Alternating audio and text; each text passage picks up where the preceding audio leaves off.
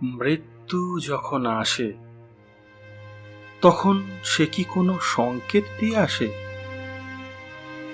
নাকি সে ওত পেতে থাকে কোনো অন্ধকার কোণে, একটা বিড়ালের মতো নিঃশব্দ পায়ে? আমি আজও রাতে ঘুমাতে পারি না। সেই রক্ত মাখা চোখ দুটো আমার চোখের সামনে ভেসে ওঠে। নুরেমবার্গের সেই প্রাচীন দুর্গের ছায়া আজও আমার পিছু ছাড়ে না।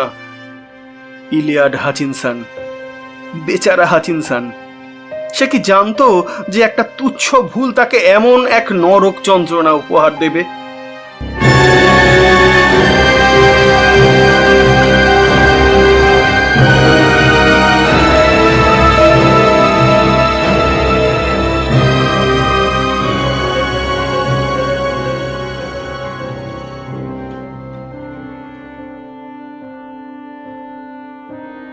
নমস্কার, এখন স্টোরি টাইমে আপনাকে স্বাগত। আজ আপনারা শুনবেন কুখ্যাত চরিত্র ড্র্যাকুলার স্রষ্টা আরও বহু ভয়ঙ্কর গল্পের জাদুকরী লেখক ব্রাম স্টোকারের লেখা দ্য স্কোয়া অবলম্বনে এখন স্টোরি টাইমের নিবেদন প্রতিশোধের ছায়া, দ্য স্কোয়া। অডিও রূপান্তর, পরিকল্পনা এবং সমগ্র পরিচালনায় আমি জয়দীপ গঙ্গোপাধ্যায়। শুরু হচ্ছে আজকের হরর স্পেশাল গল্প প্রতিশোধের ছায়া, the squawk. Attention please. The train for Nuremberg is now departing from platform number 4. দিনটা ছিল আমাদের মধুচন্দ্রিমার দ্বিতীয় সপ্তাহ।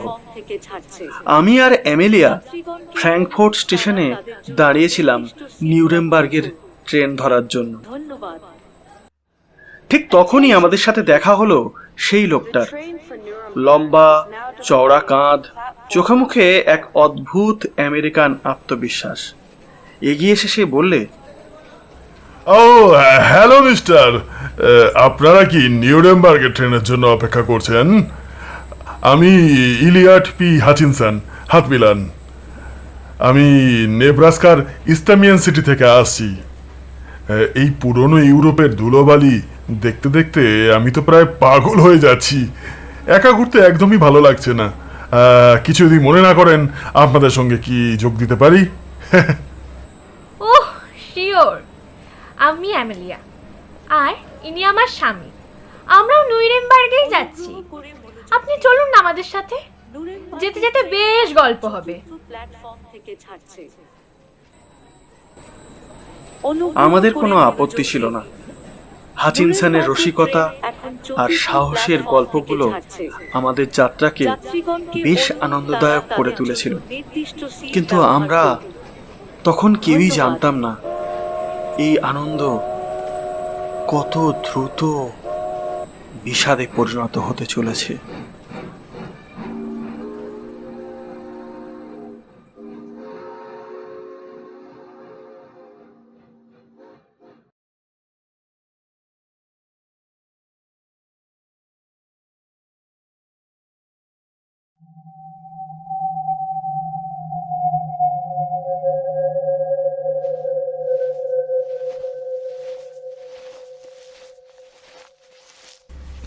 বাহ, এই শহরটা তো দেখছি দারুণ।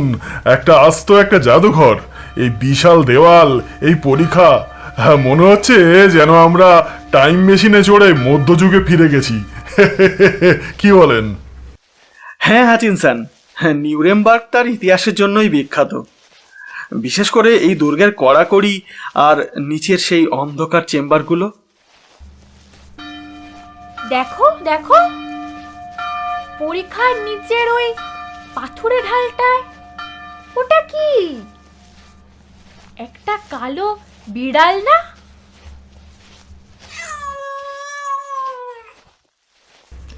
আরে হ্যাঁ, একটা বিড়াল আর তার বাচ্চা, বাচ্চাটা কি সুন্দর খেলা করছে রোদে। দেখুন দেখুন, হ্যাঁ, আমি এই ওপর থেকে একটা ছোট্ট নুড়ি পাথর ফেলে দেখি তো ওটা লাফিয়ে ওঠে কিনা। না হাচিনসান, ওটা করবেন না, ওটা কিন্তু বেশ উঁচু, বাচ্চাটা গায়ে লাগতে পারে। আরে না, আমার লক্ষ্য খুব নিখুঁত, দেখুন না একবার। এটা কি করলেন? ওহ গড, হাচিনসন, আপনি আপনি এটা কি করলেন? আপনি ওটাকে মেরে ফেললেন? পাথরটা সরাসরি ওর মাথায় লেগেছে। ইস, ইস, ইস, ইস, ইস। ও নো, আমি আমি আসলে এটা করতে চাইনি, আমি তো শুধু মজা করছিলাম। আমি জানতাম না যে পাথরটা ঠিক এভাবে ওর ওপর গিয়ে পড়বে। Very sorry, very sorry. নিচে তাকান হাচিনসান, মা বিড়ালটা কিরকম দৃষ্টিতে যেন আপনাকে দেখছে।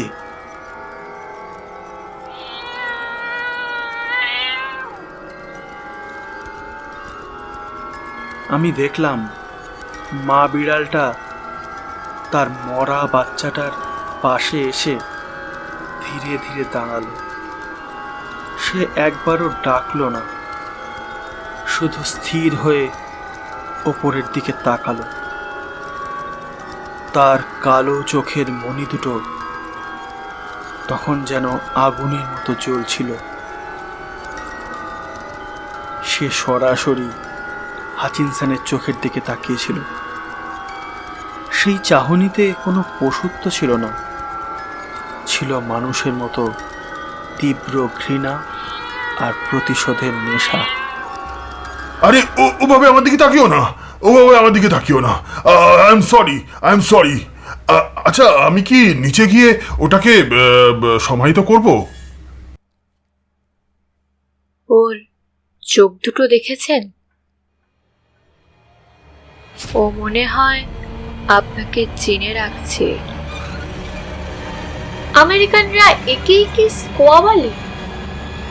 সেই ইন্ডিয়ান নারী যে তার সন্তানের অপমানের প্রতিশোধ নেয়।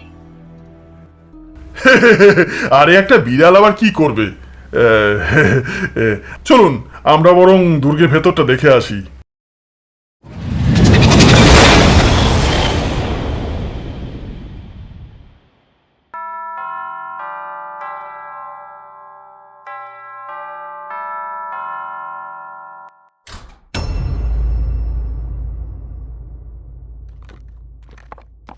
সুস্বাগতম, সুস্বাগতম।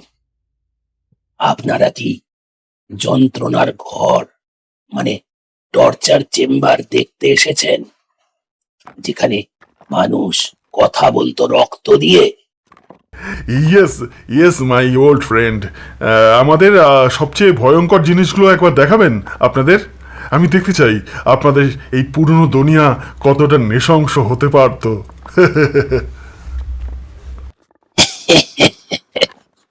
তবে তাই হোক, কিন্তু সাবধান, এই দেয়ালগুলোরও কান আছে। আর আপনার পেছনে ওটা কি? হ্যাঁ, পাথরের ওপর বিড়ালের পায়ের শব্দে চমকে আমি পিছু ফিরে তাকালাম। সেই কালো বিড়ালটা, সে নিঃশব্দে আমাদের অনুসরণ করছে। তোরণ পার হয়ে সেও ভেতরে ঢুকছে। তার চোখে সেই একই স্থির লক্ষ্য, হাচিনসান। উফ, এই বিড়ালটা দেখছি পিছু ছাড়বে না। এই যাও, ভাগো এখান থেকে। ওটা সাধারণ বিড়াল নয়, ওটা এই দুর্গেরই আত্মা হতে পারে। চলুন ভেতরে, অন্ধকার আপনাদের জন্য অপেক্ষা করছে।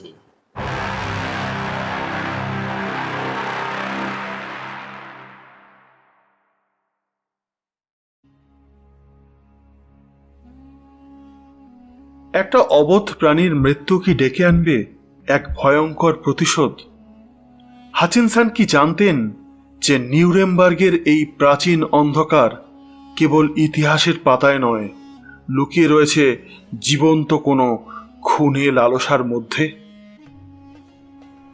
এরকমই আকর্ষণীয় গল্প শুনতে হলে এখন স্টোরি টাইম চ্যানেলটি সাবস্ক্রাইব করে তার পাশে থাকা নোটিফিকেশন বেল আইকনটি অন করে রাখুন পরবর্তী গল্পের নোটিফিকেশন পাওয়ার জন্য। শুনতে থাকুন ব্রাম স্টোকারের লেখা কালোজয়ী গল্প অবলম্বনে প্রতিশোধের ছায়া, দি স্কোয়া গল্পের পরবর্তী অংশ।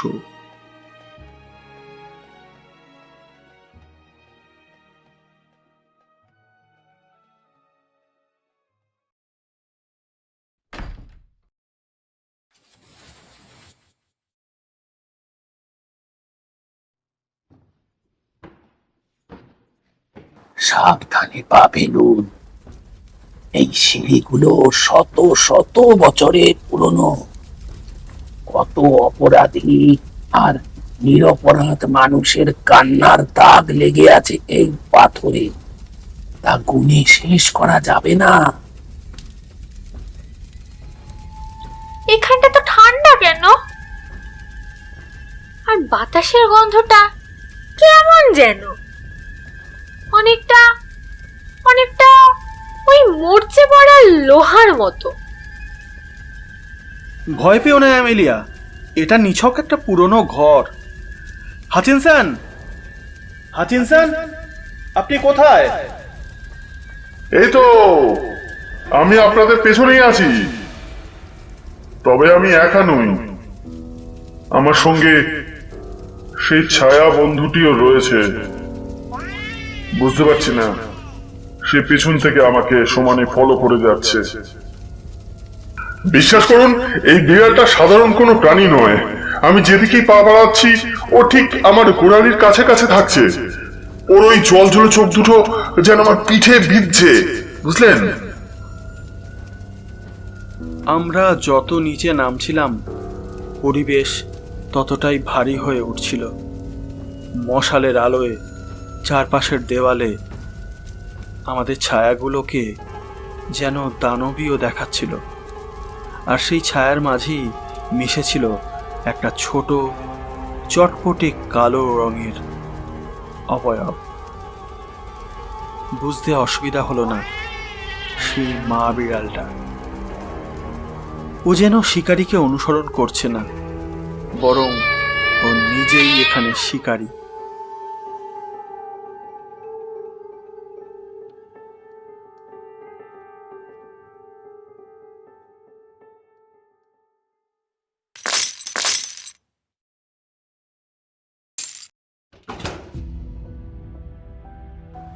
আমরা এসে গেছি। স্বাগতম যন্ত্রণার এই রাজত্বে। দেখুন এই লোহার খাঁচা, এখানে অপরাধীদের ঢুকিয়ে ঝুলিয়ে রাখা হতো যতদিন না তারা কঙ্কাল হয়ে যেত। আর দেখুন র্যাক, এখানে শুয়ে মানুষের হাড় গোড় আলাদা করে দেওয়া হতো। ও চমৎকার চমৎকার, বিউটিফুল। আপনাদের পূর্বপুরুষেরা দেখছি নিষ্ঠুরতায় একেবারে পিএইচডি করে ফেলেছিলেন। কিন্তু এগুলো কি এখন কাজ করে? ও মিস্টার হাচিনসন, এগুলো শুধু কাজই করে না, এগুলো এখনো রক্তের স্বাদ ভোলেনি। এই যে দেখুন, থাম্বস্ক্রু, আঙুল গুঁড়ো করার যন্ত্র, আর ওই কোণে যেটা দেখছেন ওইটাই এই জায়গার সবচেয়ে আকর্ষণীয় বস্তু। ওটা কি? ওটা কি কোনো মানুষের মূর্তি? মশালটাকে এগিয়ে ধরলাম। অন্ধকার চিরে বেরিয়ে এলো এক বিশাল লৌহ মানবী। প্রকাণ্ড এক লোহার ক্যাবিনেট, যার মুখটা একজন শান্ত মহিলার আদলে তৈরি, কিন্তু সেই শান্ত চেহারার পেছনে যে কতটা বিভীষিকা লুকিয়ে রয়েছে তা ভাবলে আজও গায়ের রক্ত হিম হয়ে যায়। একেই বলা হয় দ্য আয়রন ভার্জিন বা লৌহ মানবী, নুরেমবার্গের সবচেয়ে ভয়ঙ্কর জল্লাদ। ও মাই গড, এই তো আসল জিনিস। মিস্টার কাস্টোডিয়ান, ভেতরে ওগুলো কি? পেরেক? ভেতরের দেওয়ালে সারি সারি লম্বা আর ধারালো লোহার পেরেক। যখন এই দরজাটা বন্ধ করা হতো তখন পেরেকগুলো ভেতরে থাকা মানুষের শরীরে বিঁধে যেত। কিন্তু মজার ব্যাপার হলো মিস্টার হাচিনসন, এই পেরেকগুলো এমন ভাবে বসানো হতো যাতে কোনো প্রধান অঙ্গে বা হৃৎপিণ্ডে সরাসরি না লাগে। কেন? তাতে তো সে বেঁচে থাকবে। ঠিক ধরেছেন ম্যাডাম, যাতে সে সাথে সাথে মারা না যায়। ধীরে ধীরে রক্তক্ষরণে কয়েক ঘন্টা ধরে চিৎকার করতে করতে সে মৃত্যুর কোলে ঢলে পড়ত। আর এটাই ছিল এর বিশেষত্ব। আর ওই নিচে ড্রেনটা দেখছেন, ওটা দিয়েই সব রক্ত পরীক্ষায় গিয়ে পড়ত। হেই, দেখো দেখো, ওই বিড়ালটা দেখছি আয়রন ভার্জিনের পায়ের কাছে বসে রয়েছে। ও কি ওখানেও আমায় পাহারা দিচ্ছে?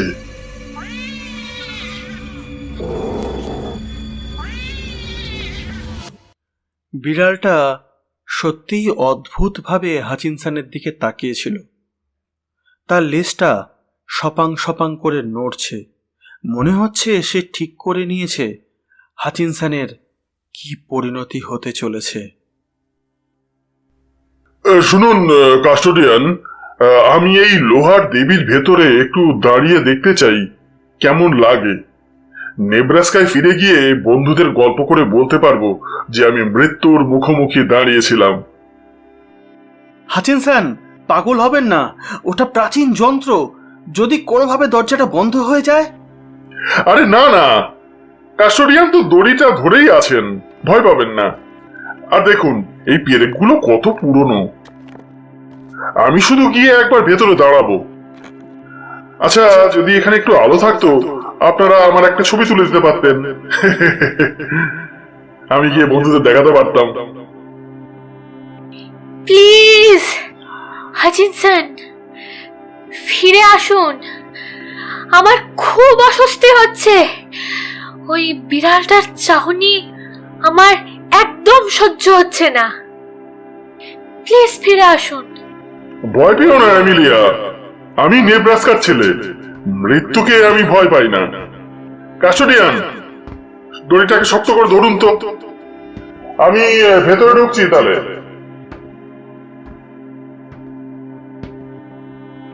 বাহ, এখান থেকে বেশ অন্ধকার লাগছে জায়গাটা। আর পেরেকে ডগাগুলো দেখছি আমার খুব কাছে রয়েছে। মনে হচ্ছে অনেকগুলো আঙুল আমাকে ছুঁতে চাইছে। এই কাস্টোডিয়ান, দড়িটা কিন্তু ছাড়বেন না। চিন্তা করবেন না সাহেব, আমি শক্ত করে দড়ি ধরে আছি। কিন্তু কিন্তু ওই বিড়ালটা ওভাবে আপনার পায়ের দিকে এগোচ্ছে কেন? ঠিক সেই মুহূর্তে একটা বিচিত্র কাণ্ড ঘটল। ওপরে জানলা দিয়ে আসা বাতাসের এক ঝাপটায় মশালটা হঠাৎ করে নিভে গেল। আমরা সবাই কয়েক মুহূর্তের জন্য সম্পূর্ণ অন্ধকারে ডুবে গেলাম। আর সেই অন্ধকারের মধ্যেই শুনতে পেলাম একটা পৈশাচিক চিৎকার, আর তার সাথেই বিড়ালের ক্রূর গর্জন।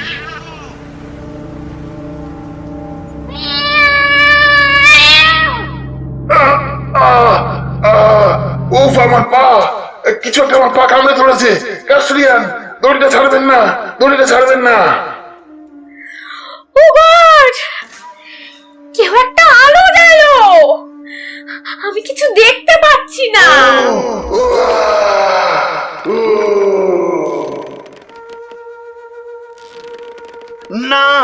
কাস্টোডিয়ান, দড়িটা ছাড়বেন না। হাচিনসন, বেরিয়ে আসুন এখনই, ও, এখনই বেরিয়ে আসুন। আমার মুখ, আমার আমার চোখ, শয়তান বিড়ালটা আমার মুখের উপরে ঝাঁপিয়ে পড়েছে। আমি আমি দড়িটা ধরতে পারছি না। উ উ উ উ।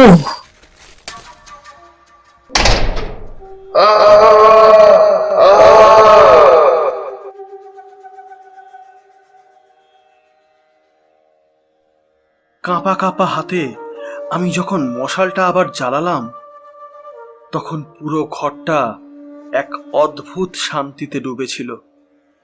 কিন্তু সেই শান্তি ছিল মৃত্যুর শান্তি। কাস্টোডিয়ান এক কোণে পড়ে রয়েছে, নিজের মুখটা চেপে ধরে কাতরে চলেছে। তার আঙুলের ফাঁক দিয়ে রক্ত গড়িয়ে পড়ছে। আর আয়রন ভার্জিনের সেই ভারী লোহার দরজাটা, ওটা এখন সম্পূর্ণ বন্ধ। হাচিনসন, হাচিনসন, কথা বলুন, কথা বলুন। আপনি কি কি ভেতরে আছেন? আমি জানি হাচিনসন আর কোনোদিনই কথা বলবে না। ওই লোহার দরজার ভেতর থেকে কোনো সাড়া শব্দ ভেসে আসছে না। শুধু ট্রেনটা দিয়ে সরু একটা লাল রঙের তরল পদার্থের স্রোত বেরিয়ে আসছে। টাটকা মানুষের রক্ত। বিড়ালটা, ওটা বিড়াল ছিল না, ওটা ছিল একটা দানব। ও সরাসরি আমার চোখে নখ বসিয়ে দিয়েছিল যাতে আমি দড়িটা ছেড়ে দিই। ও জানতো, ও সব জানতো।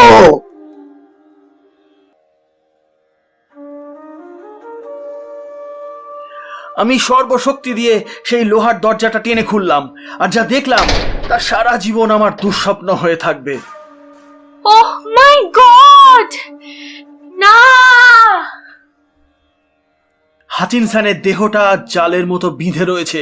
সেই শত শত মরচে ধরা পেরেক তার শরীরের প্রতিটা ইঞ্চি ফুটো করে দিয়েছে।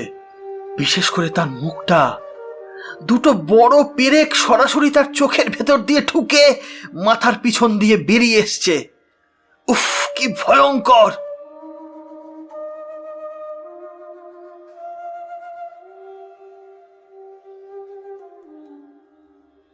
ঠিক তখনই আমার চোখ চলে গেল সেই জায়গায়। দেখলাম সেই কালো বিড়ালটা হাচিনসনের মরা মাথার ওপর বসে রয়েছে। তার থাবায় লেগে থাকা টাটকা রক্তগুলো সে চেটে চেটে পরিষ্কার করছে। আর তার বড় বড় কালো চোখগুলো যেন আমার দিকে তাকিয়ে বলছে, এবার হিসাব সমান হলো।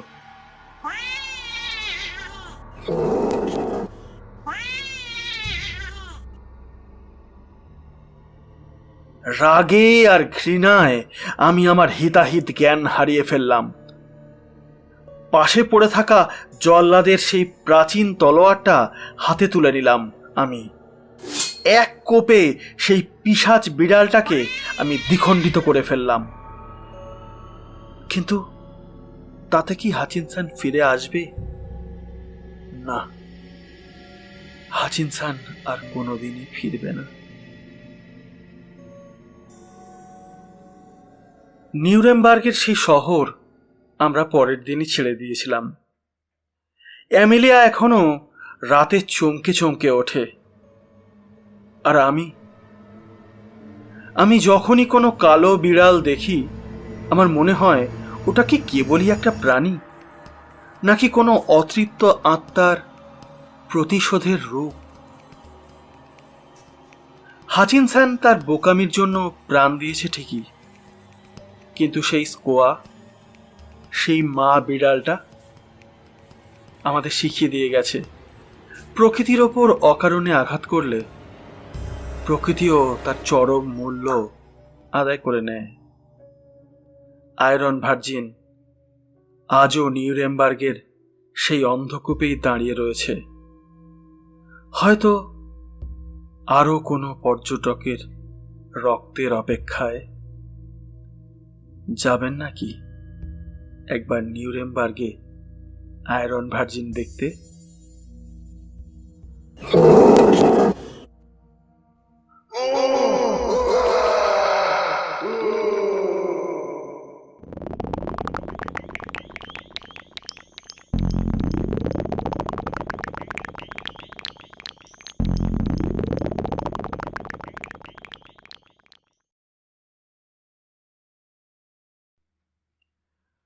আপনারা শুনলেন ব্রাম স্টোকারের কালোজয়ী ভৌতিক গল্প দ্য স্কোয়া অবলম্বনে বিশেষ অডিও নাটক প্রতিশোধের ছায়া দ্য স্কোয়া।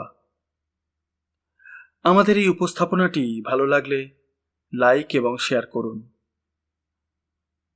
আজকের অডিও স্টোরিতে কণ্ঠ দিয়েছেন শান্তনু দে, অনুজা গাঙ্গুলি এবং জয়দীপ গাঙ্গুলি। গল্পের পোস্টার ও সাউন্ড এডিটিংয়ে জয়ফোর ক্রিয়েশন। সমগ্র পরিবেশনাটি পরিকল্পনা এবং পরিচালনা করেছেন জয়দীপ গঙ্গোপাধ্যায়। প্রযোজনা টিম এখন স্টোরি টাইম। মনে রাখবেন, অন্ধকারের আড়ালে এরকম অনেক গল্পই ঢাকা পড়ে রয়েছে, শুধু সেগুলো শোনবার মতো। ফিরে আসবো এরকমই কোনো আকর্ষণীয় গল্প নিয়ে। টিল দেন ভালো থাকবেন, ভালো রাখবেন আর এখন স্টোরি টাইমের সঙ্গে থাকবেন। ধন্যবাদ।